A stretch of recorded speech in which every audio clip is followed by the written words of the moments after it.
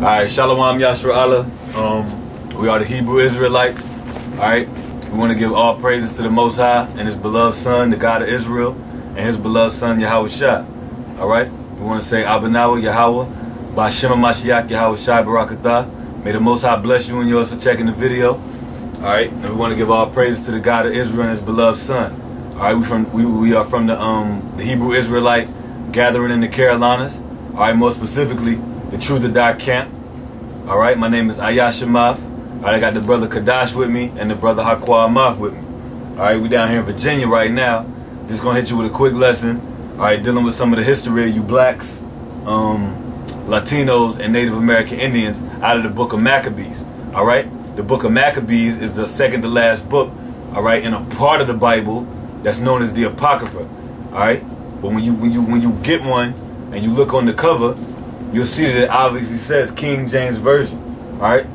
Not because King James made a version of it, it's because King James had it in his Bible. Alright?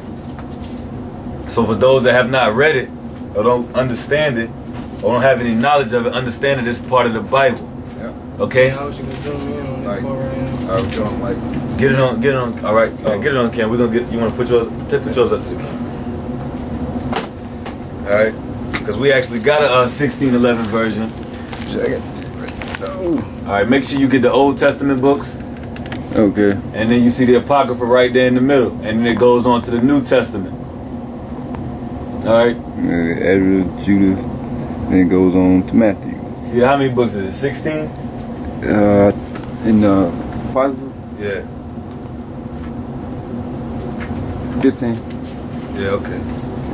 Alright, that's it on there. Because most of y'all already know that, but a lot of people don't. And you missing the whole, the Lord said, the words that I speak unto you, they are spirit and they are life. So this is a big chunk of your spirit that you're missing if you're not getting into this Apocrypha.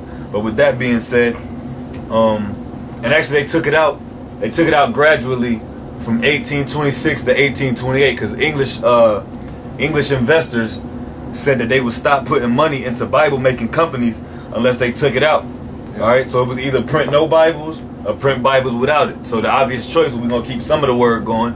Okay, so we're just going to remove this. But now, as you can see, we got it back. Yeah, matter of fact, you see his, when you hold his up, like, you see mine don't, at the bottom here, they got without the Apocrypha. This is the Bible that they kept printing over and over and over. This was the one that came before that. Yeah. So that's two different ones. See that right there? Alright, without Apocrypha. If it didn't make no difference or it wasn't supposed to be in there in the first place, why would they mention it on the cover? Yeah. Alright, so what this is basically telling you indirectly is to go get an Apocrypha, man. Yeah. Alright. Now we're gonna go ahead and start the reading off because a lot of you brothers already know that, but some of you don't. So go ahead and read out. Alright, this is First Maccabees chapter 1, verse 1. Great. And it happened after that Alexander, son of Philip the Macedonian. Now who is Alexander the son of Philip? Alexander the Great that they teach you about in high school. Who was Philip? Philip of Macedonia, the king of Macedonia. Alright, because the Bible refers to him as the king of Greco or the king of Greece, and we're going to hit the scriptures in Daniel and we're going to get some out of Josephus on it. But the actual historical title that these Edomites try to put on him was the king of Macedonia. Alright? Alexander the Great was actually the king of Macedonia, all right? But he went around and conquered and united. What was his father? Philip. United all those Greek island city-states. Because all those different islands, they were actually individual city-states at the first. And then Philip went around and united them. So but he ruled from Macedonia, all right? And Alexander is going matter of fact, read. Who came out of the land of Chittim, had smitten Darius, king of the Persians and Medes. Right, Shetham is a Greek island, read. That he reigned in his stead, the first over Greece, and made many wars, and won many strongholds, and slew the kings of the earth. Right. And went through to the ends of the earth, and took spoils of many nations, insomuch that the earth was quiet before him, whereupon he was exalted, and his heart was lifted up. And he gathered a mighty strong host, and ruled over countries, and nations, and kings, who became tributaries unto him. And after these things he fell sick, and perceived that he should die. Wherefore he called his servants, such as were honorable, and had been brought up with him from his youth, and parted his kingdom among them, while right, he was his generals. right, Ptolemy, Antiochus Epiphanes, and others, Lysimaeus. Go ahead, Cassander, and it was one more. Yeah, matter of fact, what you were talking about.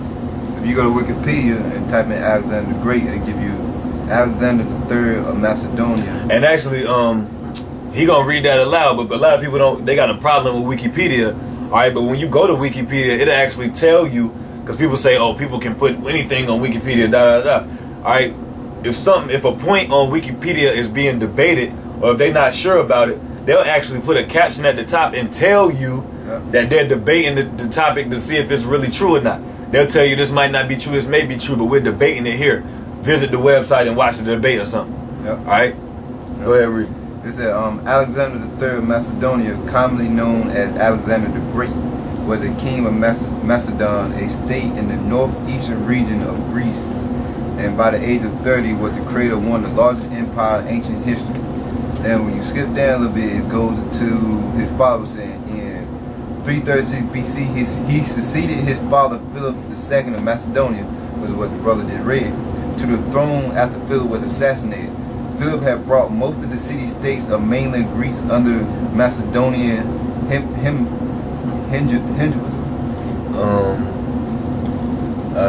Hegemony, using both military and diplomatic means. So basically, like the brother said, Philip got Greece together, and then he was assassinated. That when Alexander took over and made it into a great empire. Go ahead. And part of his kingdom among them, while he was yet alive. So Alexander reigned 12 years and then died, and his servants bare ruled everyone in his place. And after his death, they all put crowns upon themselves. So did their sons after them many years, and evils were multiplied in the earth. Right, evil were multiplied in the earth. Cause go to Proverbs 29 and 16 real quick. Evil was multiplied in the earth because of who started ruling. All right, Edomites started ruling, because it says before that Persians was ruling, but now you had a bunch of Edomites ruling. I got it. Proverbs 29 and 16. When the wicked are multiplied, transgression decreases, but the righteous shall see their fall. Read it again. When the wicked are multiplied. When the wicked are multiplied, the scripture clearly says right here, and what does it say? And evils were multiplied in the earth. That's what it says in Maccabees. Go ahead. When the wicked are multiplied, transgression increases, but the righteous shall see their fall. That's right, and we saw the fall of Alexander, but actually more Edomites kept ruling. All right, and we're gonna see the complete fall of these Edomites at the end. All right, because go to Second Esdras real quick. Somebody go to Second Esdras. What's that? You know what I want. 6 and 8. Go ahead. This is 2nd Ezra chapter 6 verse 8. And he said unto me, from Abraham unto Isaac, when Jacob and Esau were born of him. Yeah, right. Abraham and Isaac, those are the progenitors of the blacks, Latinos, and Native American Indians today, because they come out of that seed line and bloodline. All right, read. Jacob's hand held first the heel of Esau. Yeah, Esau is the progenitor of the white people. So you got to break down everything to the simplest terms, because we got new brothers coming in and brothers that already know this information. But we're going to break it all the way down for the first time learners or whatever. Go on. All right. For Esau is the end of the world, and Jacob is the beginning of it that followed. Right, and we're promised rulership in this Bible. Esau is the end, so we're going to see his downfall. All right. And cause you got a lot of people out there who try to say Esau and the white people, but yeah, well, if Esau is the end, you need to be trying to figure out who Esau is then, and quit worrying about the white man being Japheth. Yeah. All right, you need to figure out who Esau is then. You got something? Let's go to Daniel real quick. We're gonna go to Daniel and we're gonna read to you where this Alexander the Creep Show, or Alexander the Great they like to call him, where he was prophesied about in the scriptures. Yeah, one of y'all get that, and then somebody gonna get that in Daniel. Yeah, all right, well you gonna read this out of the Josephus, because we're gonna read you what the Bible say, then we're gonna read you the breakdown where our forefather Josephus actually broke it down. Go to 7 and 9 and 8. Go to 8. 8 and 3. You start at the top. Start at the top 8. Right. Yeah. Daniel 8 and 1. And